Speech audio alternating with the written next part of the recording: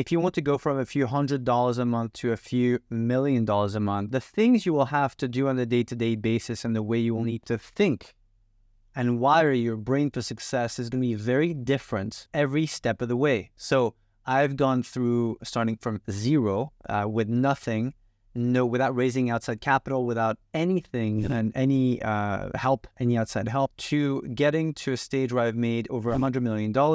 And right now I run a portfolio business that does close to $30 million a year, and that will go through 30, 40, 50, 80 to 100 million a year in the coming years if we just keep executing. So what I want to talk to you about in this video is, if you are stuck at a certain level, or you want to go from a few hundred to a few $1,000s a month to a few tens of thousands of dollars a month and really make it 7 figures, 8 figures, multiple 8 figures, up to 9 figures in sales, there's things you're going to have to do very differently. Let's dig into that right now, and this comes from experience. I'm going to talk to you about what I've done, and I'm very open.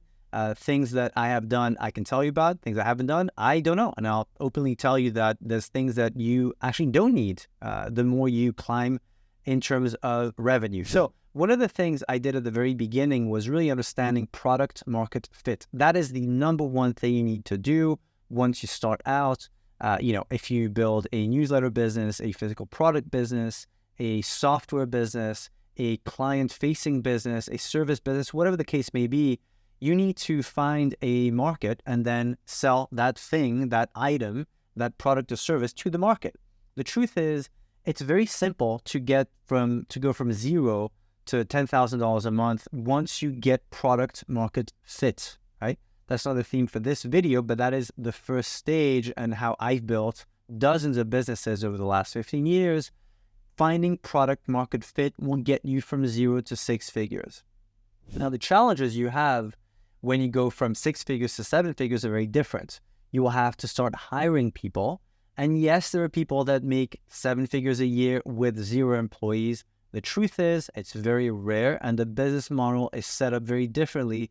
The way I like to set things up is I like to have proof of concept. So, find what's working, getting a business to 6 figures, and then hiring people to run it up to 7 figures, and then 8 figures, and then multiple 8 figures. That's what I've done, and that's the experience that I have had over the last 15 years. So everyone has a different experience. What's worked for me is initially going from 0 to 6 figures myself most of the time, finding product market fits, and then hiring people to go from 6 to 7 figures, because it's going to be very difficult to get to 7 figures a year alone. So you'll typically need a team anywhere between 2 to 20 people to go to 7 figures. It really depends on what you're actually selling, but you will need to start hiring people. The main thing I wanted to talk about in this video is going from 5 to 6 figures all the way up to 8 and multiple 8 figures, and how we,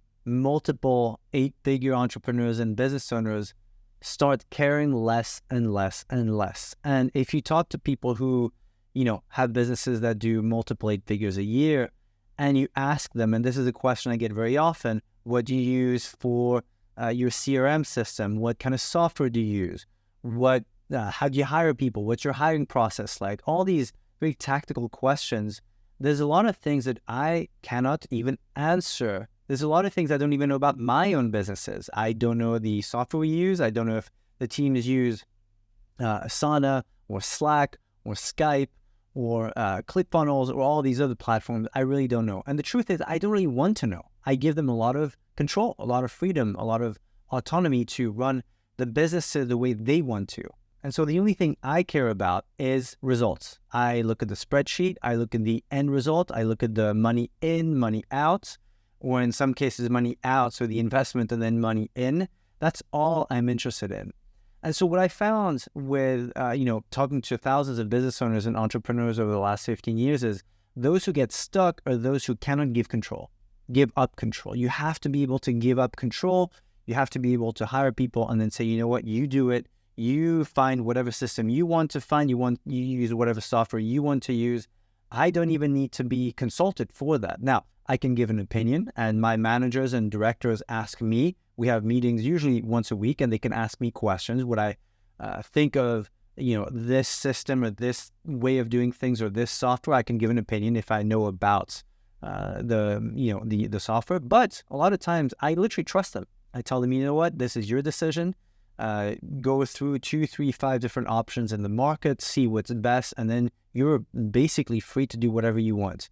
I have some company directors who run some businesses of mine who use software A, and other directors who use software B. So it's very flexible, and I have learned to give up control, and which is very different to the way I was brought up and the way I was trained as a professional athlete.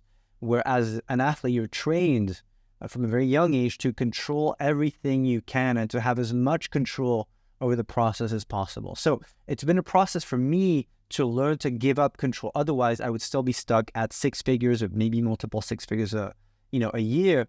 Whereas now doing multiple 8 figures a year and getting close to 9 figures in the next 2-3 years, the thought process is very different. So have a look and audit yourself.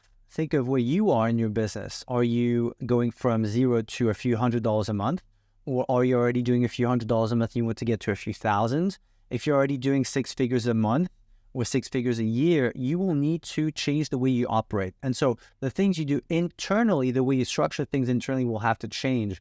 And like I said, there's some things in my business I literally do not know. I have no idea when people ask me at conferences or on social media, hey, what software do you recommend? I have no idea. I don't use them. My teams use them. My directors pick and choose whatever they want. So the more you grow, the more you will need to give up control, the more you need to trust people to make decisions for you, and the more you need to look at the bottom line, look at the Excel sheet, look at the dashboards and say, okay, we have had a productive day, week, month, quarter, and year, whatever the case may be, and whatever way you're using to measure success. And that is the difference between going from, again, 3-4 figures a month all the way up to multiple 8 figures a month. Think about that. Think about how much control you have at the moment. Do you have control issues? Post in the comments below if you have control issues and if you need to learn to give up control, because it is the only way to grow in business.